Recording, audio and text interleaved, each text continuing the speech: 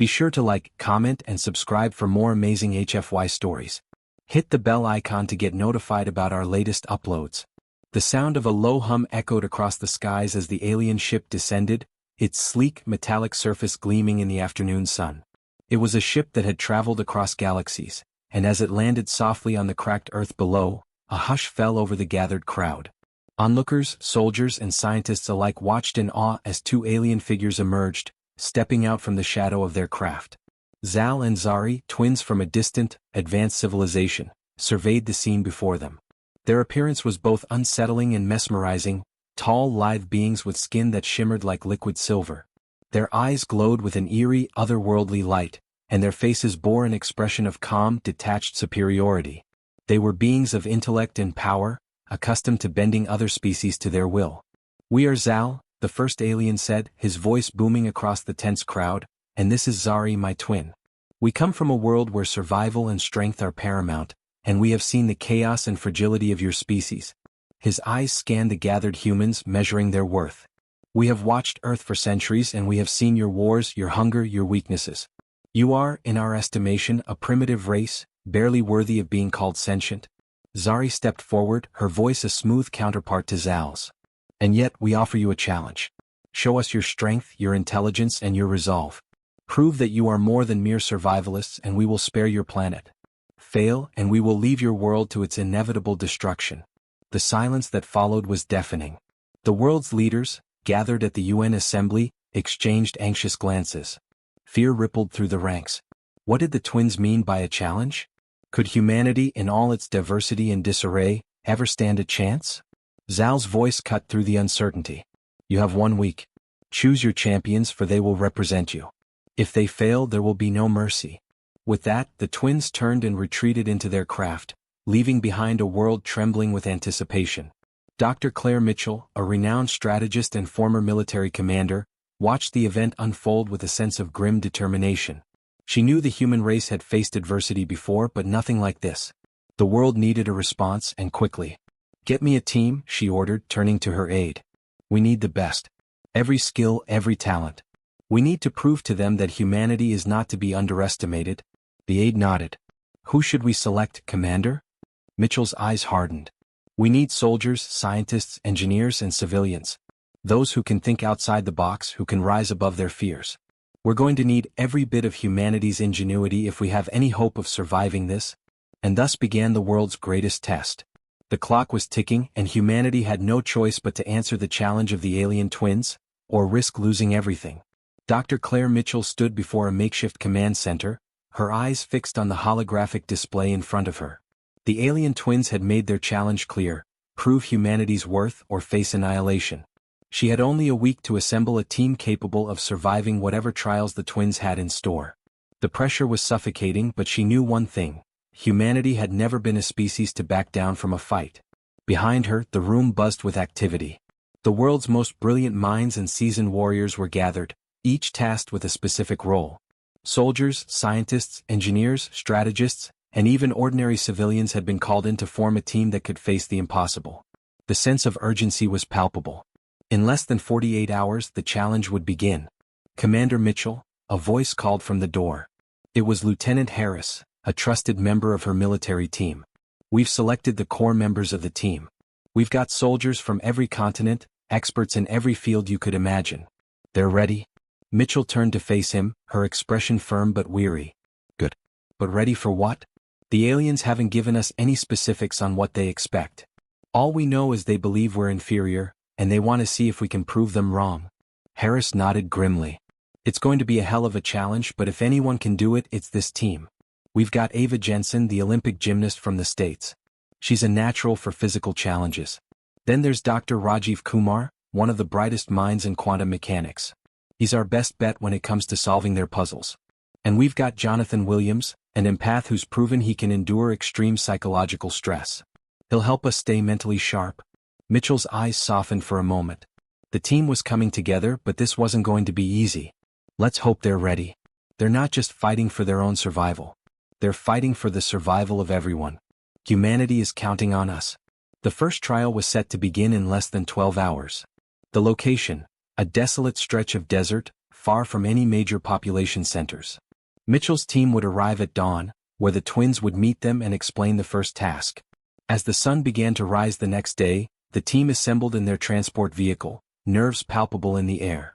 Ava Jensen paced back and forth, stretching her limbs in preparation for whatever awaited them. She had been an Olympic gymnast before an injury ended her career, but her speed, flexibility, and endurance were unmatched. If physical feats were involved, she was the one to beat. Dr. Kumar, a middle-aged scientist with a calm demeanor, sat quietly with a notepad, scribbling down equations and possible theories. He had always been a man of logic and reason, but this was unlike any puzzle he had ever encountered. He had no doubt that the challenge would require more than intellect. It would require creativity and lateral thinking. Jonathan Williams, a quiet man in his early 30s, sat off to the side, his eyes closed in deep concentration. His ability to sense the emotions of others and stay grounded in moments of extreme stress made him invaluable. He wasn't sure how this gift would apply to a situation like this, but he had a feeling it was exactly what humanity needed in the coming trials. "All right, team," Mitchell said, her voice steady, "we don't know what we're walking into, but we need to be ready for anything. Our goal is simple: show them that humanity is more than they think. We need to survive whatever they throw at us, and we need to work together. Trust each other, rely on each other. That's our greatest strength." The team nodded in agreement, each individual steeling themselves for the unknown. As the transport vehicle finally came to a halt, the team disembarked. The barren desert stretched out before them, vast and unforgiving. In the distance, the unmistakable shape of the alien craft stood in stark contrast to the arid landscape. The air was heavy with tension, the silence broken only by the soft crunch of boots on sand. "Welcome," a voice echoed across the empty desert. It was Zal, his form appearing from the shadows of the alien craft, his twin sister, Zari, at his side. "You've made it on time. I hope you are ready." Mitchell squared her shoulders, stepping forward with determination. "We're ready for whatever you've got. But before we start, tell me, what's the first challenge?" Zal's eyes glinted with amusement. "You will face a test of physical prowess. An obstacle course designed to push you beyond your limits. I doubt any of you will be able to complete it. But we shall see." Zari stepped forward, her voice cold and unyielding. "If you fail, there will be no mercy. You will return to your homes, knowing that your race was not strong enough to survive." The aliens gestured toward the horizon, and in an instant, a series of towering structures appeared. It was a colossal obstacle course, one that seemed to stretch for miles. Walls of metal, spikes, pits of sand, and shifting platforms filled the landscape. The sheer scale of it was overwhelming. Ava Jensen's eyes widened as she surveyed the course. She had faced tough competitions in the past, but nothing like this. There were walls that reached 10 feet high, swinging pendulums that could knock a person unconscious, and a series of narrow platforms suspended over a pit of quicksand. This is insane," she muttered under her breath. Zal and Zari watched, their expressions impassive. "You have 2 hours, Zari declared. "Make it through and you may live. Fail and your world will be left in ruin." Mitchell turned to her team. "Ava, this is your challenge. Get through it. We'll follow." Ava didn't hesitate. She took a deep breath and sprinted forward, her body moving with the grace of a predator. The first obstacle was a high wall, slick and almost impossible to climb. But Ava's hands found purchase on the rough surface, and she used her momentum to pull herself up. She reached the top in record time, leaping down to the other side. Behind her, the rest of the team moved cautiously, following her lead as best they could. Dr. Kumar, though not as agile, used his mind to navigate the course, spotting weaknesses in the design that allowed him to bypass some of the obstacles. Jonathan, in turn, stayed close to the others, his empathy helping him sense when they were about to give up. The trial was grueling, and as time ticked away, it became clear that this wasn't just about physical strength. It was about adaptability, intelligence, and teamwork. The team was pushing themselves to the limit, but every time they stumbled, they found a way to rise again. With only minutes remaining, Ava crossed the finish line. She was exhausted, her body covered in dust and bruises, but she had made it. The rest of the team followed, and though some had fallen short, they had completed a portion of the course. Zal and Zari stood silently, their eyes narrow with surprise. They had underestimated humanity, but they would not show it. "Impressive," Zal finally said, his tone begrudging. "But you have only just begun." The team stood victorious, but they knew this was only the beginning. The trials were far from over, and what lay ahead would test them in ways they couldn't yet imagine. The desert was relentless. The heat bore down on Dr. Mitchell and her team as they wiped the sweat from their brows, their muscles aching from the first challenge. Ava Jensen, though exhilarated from her success, was visibly fatigued. The others were no better. Each person had pushed themselves beyond their limits in the obstacle course. But their resolve remained unbroken, and for the first time, they realized the alien twins had underestimated humanity.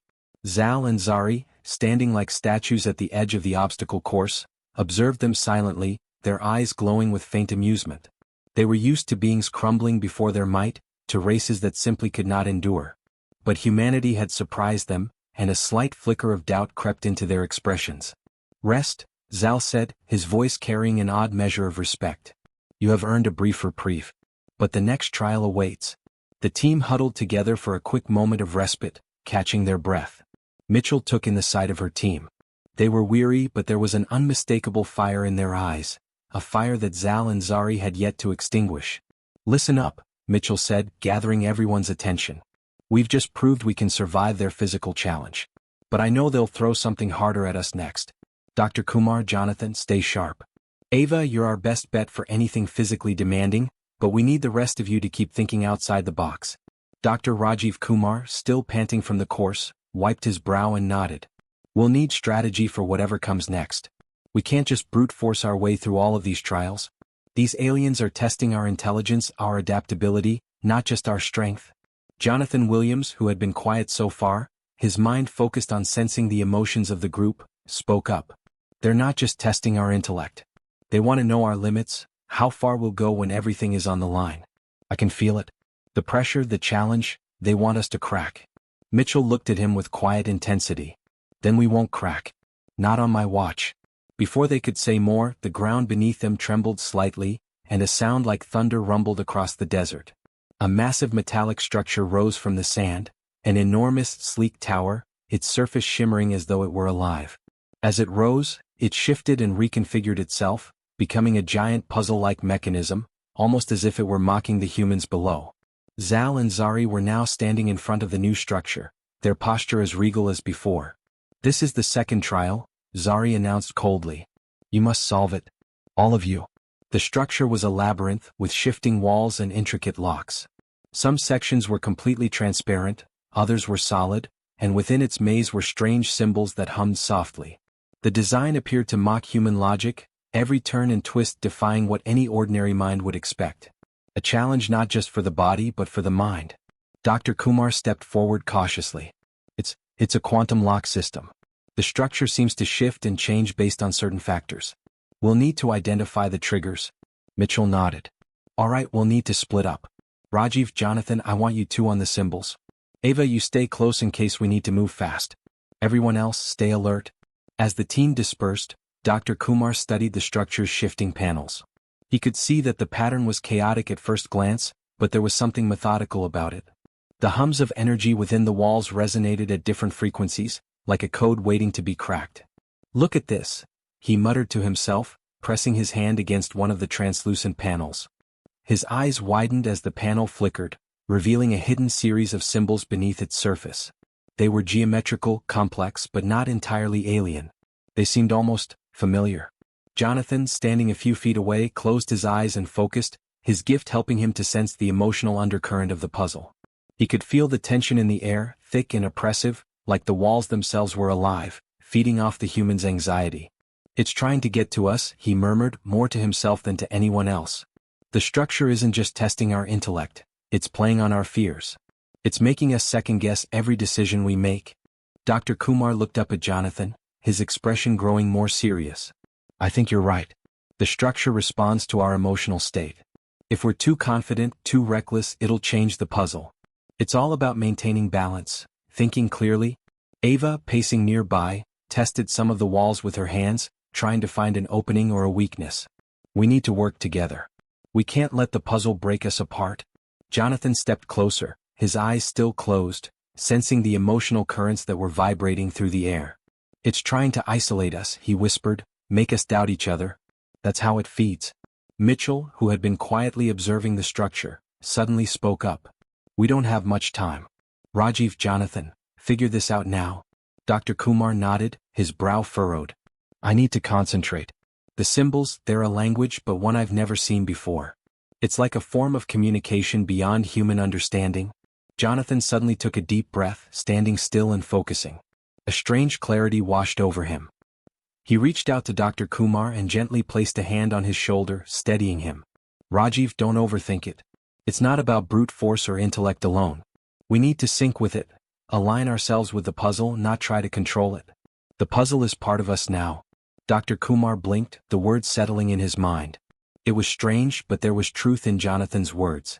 He stopped trying to force his logic into the puzzle and instead allowed himself to feel the structure, to perceive it as something organic.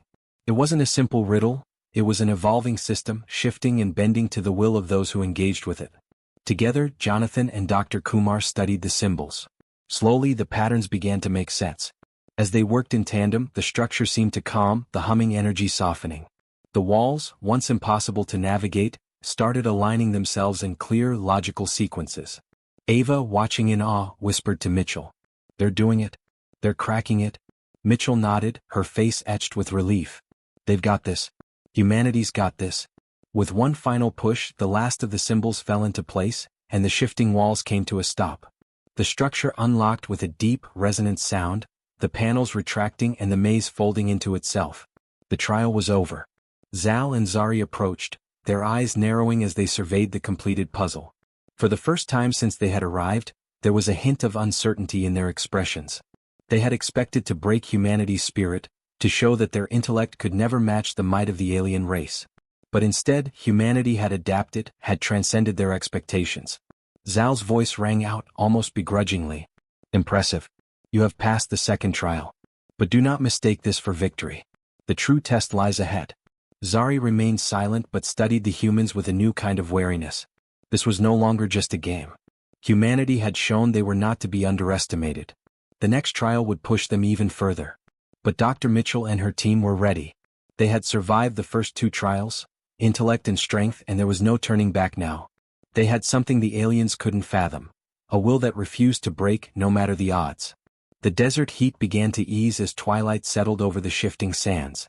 The alien structure was now reduced to a smooth, metallic surface, its once intimidating presence diminished by the team's success.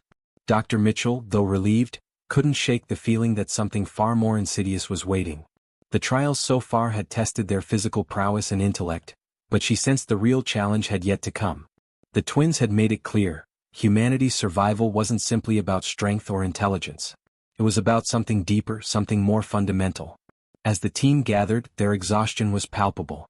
But they didn't have the luxury of rest. Not yet.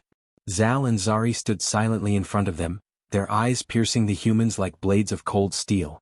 There was no hint of emotion in their gaze, only the coldness of a species accustomed to viewing others as expendable. You have proven you are capable of enduring both physical and intellectual trials, Zal said. But now we will see what lies beneath your skin, beneath your thoughts. This trial is one of the mind.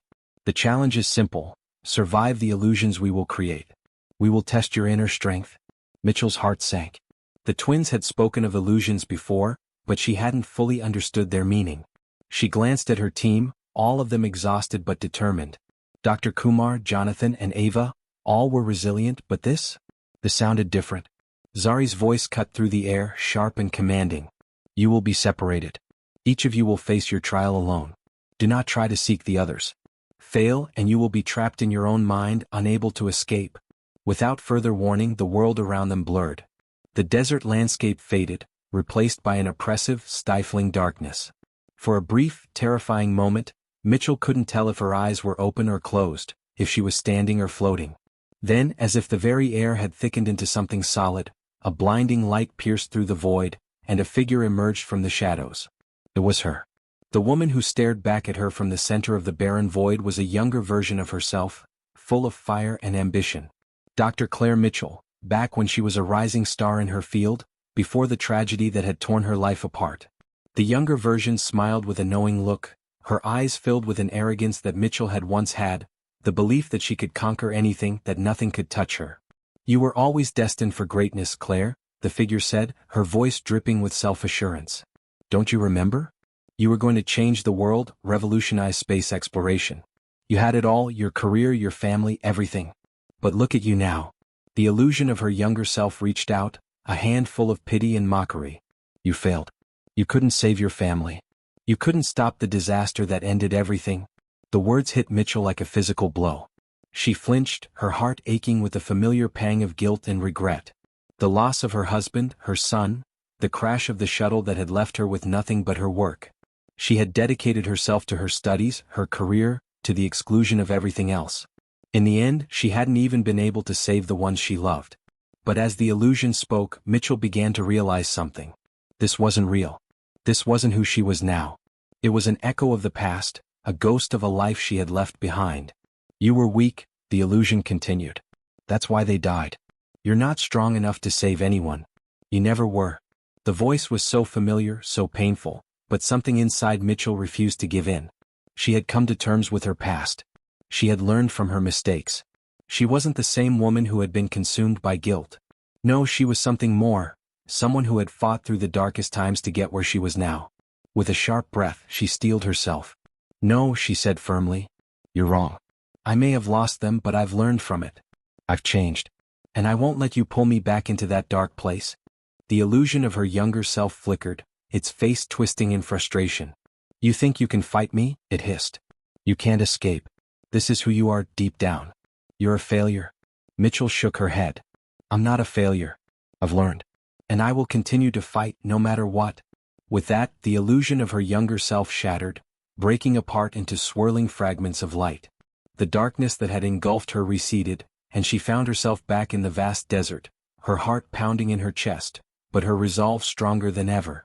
Behind her, the landscape shifted again, revealing the rest of her team, each of them facing their own trial. Ava Jensen stood at the edge of a cliff, her body poised for a jump into the chasm below.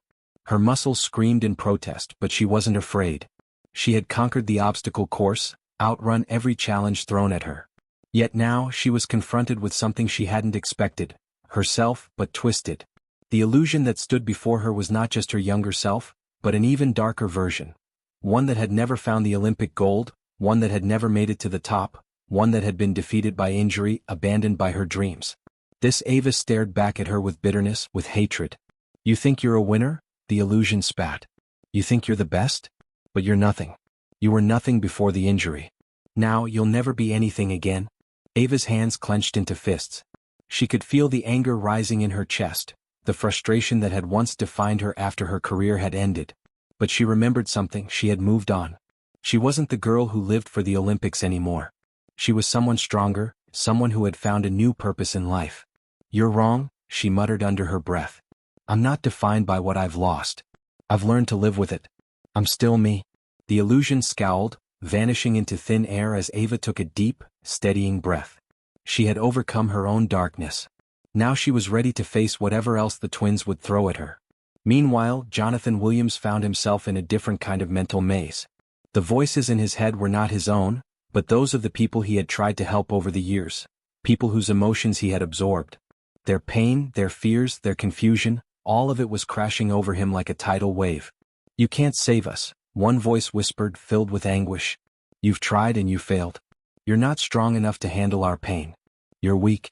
The pain of the hundreds of people he had encountered over his life, people whose emotions had overwhelmed him, flooded Jonathan's mind. His heart ached as he relived their suffering, the hopelessness they had felt. For a moment he faltered, the weight of their despair nearly crushing him. But then he remembered. He had always been able to help. He had always been able to give them hope, to guide them through the darkness, even when he had no answers for himself. He was not weak. He was strong because he had chosen to carry the burden, to use his gift to help others, not to drown in their pain. No, Jonathan whispered to the shadows. I can carry it. I can help. I'm stronger than this. With a final burst of will, he dismissed the voices, the overwhelming tide of emotion evaporating. He opened his eyes to find himself standing once again in the desert, his mind clear. The trials had only just begun, but Dr. Mitchell and her team had proven that they were far more resilient than the alien twins had ever imagined. Whatever came next, they would face it together, stronger than ever. The desert stretched endlessly beneath the dimming sky, and as the last of the illusions evaporated, Dr. Mitchell and her team regrouped. They had each confronted their darkest fears, the memories that had once held them back, and they had emerged stronger. But despite their victories, There was an unsettling stillness in the air, a palpable sense of anticipation. The twins, Zal and Zari, were nowhere to be seen. The landscape around them was calm, almost eerily so.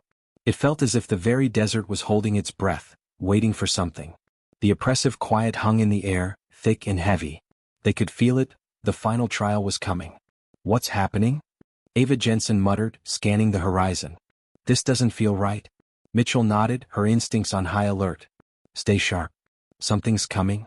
The ground trembled beneath their feet, a low rumbling growl rising from the depths of the earth.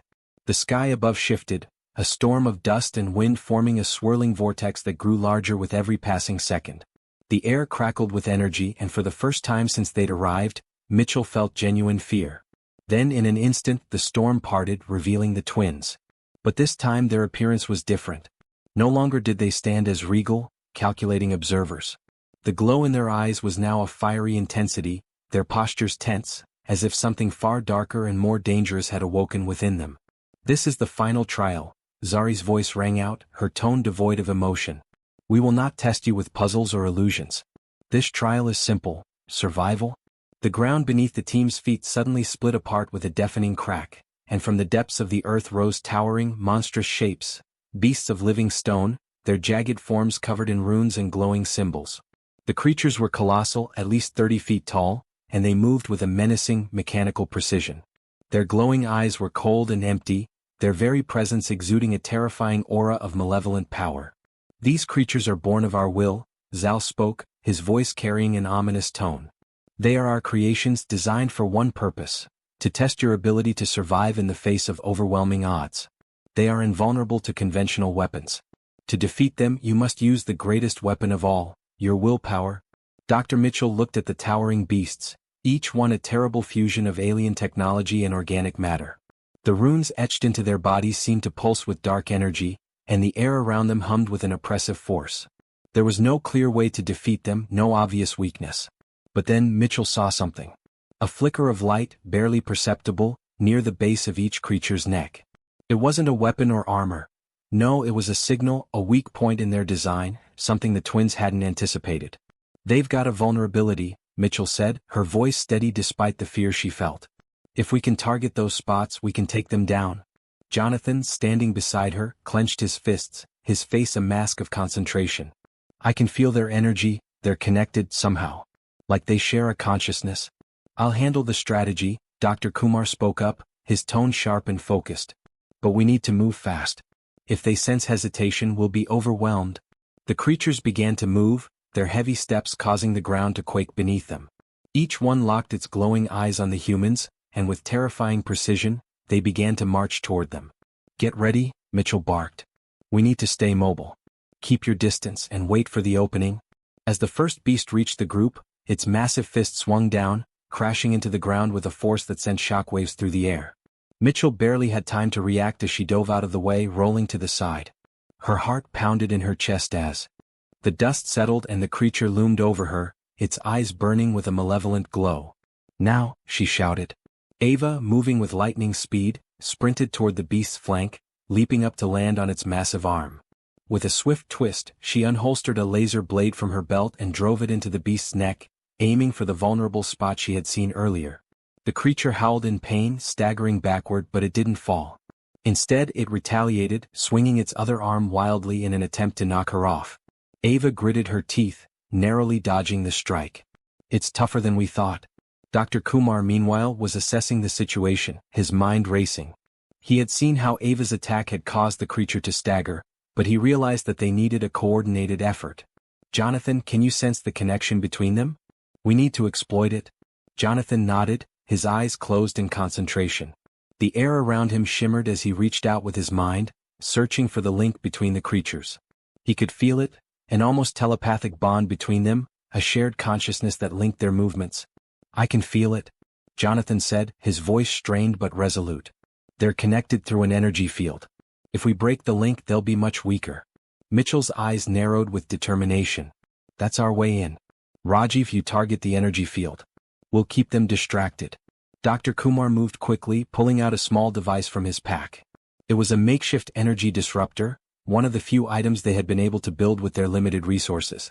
With a quick press of a button, it hummed to life and he aimed it at the nearest creature.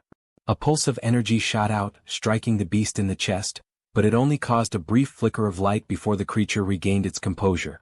"We need more power," Dr. Kumar shouted, frustration creeping into his voice. "I've got it," Jonathan said. "I can amplify the signal." Jonathan closed his eyes and extended his hand toward the creature. He focused all of his energy into the bond, reaching out to disrupt the connection. The air around him crackled with a palpable force as he willed the energy to collapse in on itself. There was a violent surge of energy. The beast stumbled, its massive frame shaking as if it were caught in a storm. The runes on its body flickered and dimmed. "That's it," Mitchell shouted. "Keep going, Jonathan." With renewed focus, Jonathan pressed harder, the energy field around the creature weakening. Slowly but surely, the beast's movements became sluggish and its glowing eyes dimmed. It was losing control. The others, sensing the shift in power, began to falter as well. Ava, seeing the opening, leaped again, this time making her way to the creature's head. She drove the laser blade deep into the vulnerable spot, and the creature collapsed to the ground with a deafening crash. One down. Mitchell and her team didn't stop. They moved quickly, working as a single unit. Ava continued to leap between the creatures, exploiting the vulnerabilities Jonathan had uncovered. Dr. Kumar fired the disruptor with precision, while Mitchell guided the team, offering strategic commands. As the final beast fell, the ground fell silent once more. The once vibrant creatures lay motionless, their glowing eyes dimming into nothingness. Breathing heavily, the team gathered together, their faces drawn but triumphant. The twins stood at a distance, their expressions unreadable, but their eyes were no longer filled with the same cold certainty. "You have survived the final trial," Zal said, his voice deep with grudging respect. "You have shown that humanity's strength is not in its bodies or minds alone, but in its unwavering will. We did not expect this." Zari's gaze softened slightly. "You have proven us wrong." Dr. Mitchell looked at her team, a quiet sense of pride filling her chest. They had faced impossible odds and emerged victorious. They had not only survived, they had defied the expectations of an alien race, showing that humanity was a force unlike any other. The final trial had been the test of their very essence, and they had passed. The desert was eerily silent now, the rumbling of the colossal creature's fall fading into the stillness. The twin aliens, Zal and Zari, stood at the edge of the battlefield, their eyes no longer filled with the cold certainty that had once marked their expressions. For the first time, there was something approaching acknowledgement in their gaze. Dr. Mitchell stood at the forefront of her team, chest heaving with exertion, the weight of their victory settling into her bones. She looked around at the others, Jonathan still catching his breath but unbowed, Ava wiping sweat from her brow, her jaw clenched in silent determination, and Dr. Kumar adjusting his glasses, his mind already analyzing the data they had gathered. They had done it. They had faced their deepest fears, their hardest challenges, and emerged victorious. But this was more than just survival. Zal spoke first, his voice low but tinged with respect. "Humanity has shown us something we did not foresee. We tested your strength, your intellect, and your will, and we found you relentless. In ways we could not have predicted. You are more than what we expected." Zari's gaze flickered toward her twin, her expression unreadable. For the first time, there was no smug superiority in her eyes, no sense of unspoken judgment. Instead, there was something like understanding. "You have proven that humanity's greatest weapon is not just its physical prowess or its intellect, but its indomitable spirit. We came here to test you, but we have learned something far greater than we anticipated." Mitchell's brow furrowed. "What do you mean?" She had fought tooth and nail to ensure her team's survival, but she couldn't help but feel a sense of foreboding now. There was something beneath their words, something unsaid. Zal's voice was heavy with finality. "You have passed our trial. But you must understand that this victory is not one of mere physical combat. It is not a triumph of your technology or strategies. This victory belongs to the part of you that we could not account for, the part that no species, no matter how advanced, can ever predict. Your capacity to adapt, to rise above your limitations, to continue fighting in the face of impossible odds." Zari's gaze softened as she added, "You are not just survivors. You are conquerors of the mind. In our trials, we expected your weaknesses to reveal themselves.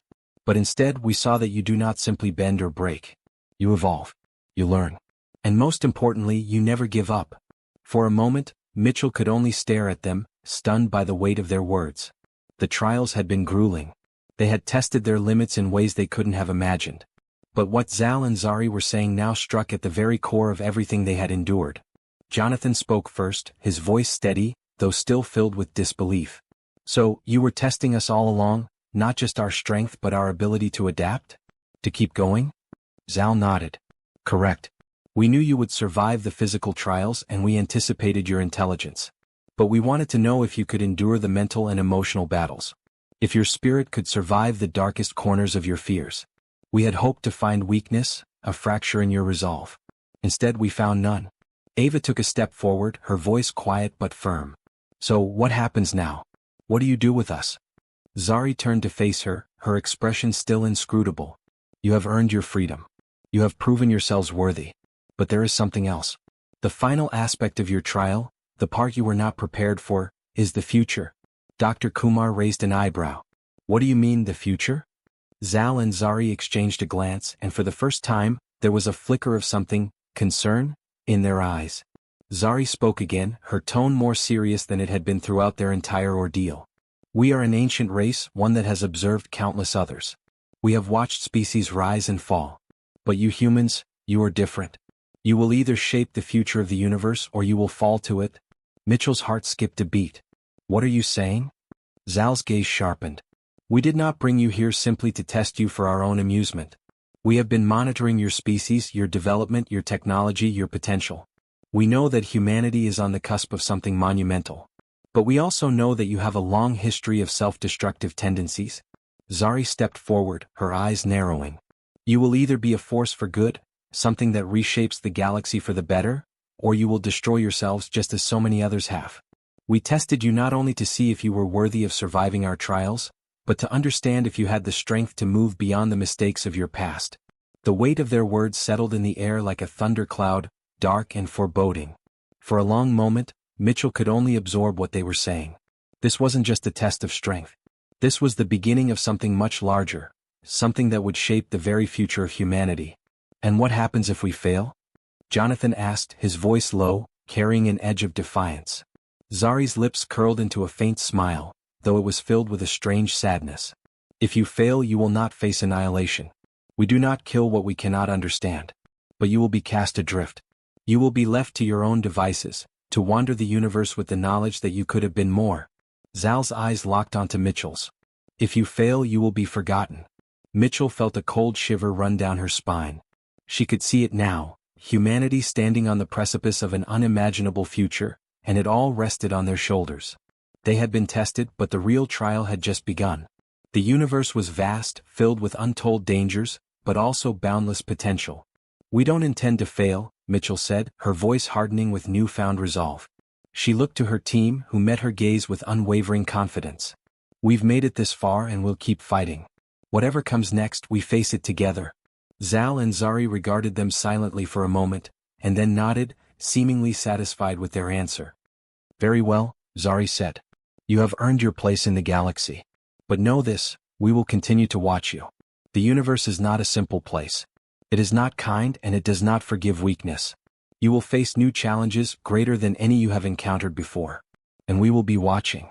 With that, the twins turned away, their figures vanishing into the horizon, their presence fading like a distant echo. The team stood in silence for a long moment, the weight of their words settling in. Mitchell looked at each of her colleagues, feeling an overwhelming sense of pride. They had done it. But this wasn't just the end, it was the beginning of something much larger. "We've proven ourselves," Dr. Kumar said, his voice resolute. "But the real work begins now." Mitchell nodded. "Let's get to work then. The future is waiting." And with that, they turned toward the unknown, ready to face whatever challenges the universe had in store for them. Humanity's journey had only just begun. Thanks for watching, everyone. If you enjoyed this video, don't forget to like, comment, and subscribe for more exciting HFY stories. Your support means the world to us. And make sure to tap the bell icon so you never miss an update. Stay tuned for our next adventure, and until then, keep exploring the stars. See you in the next video.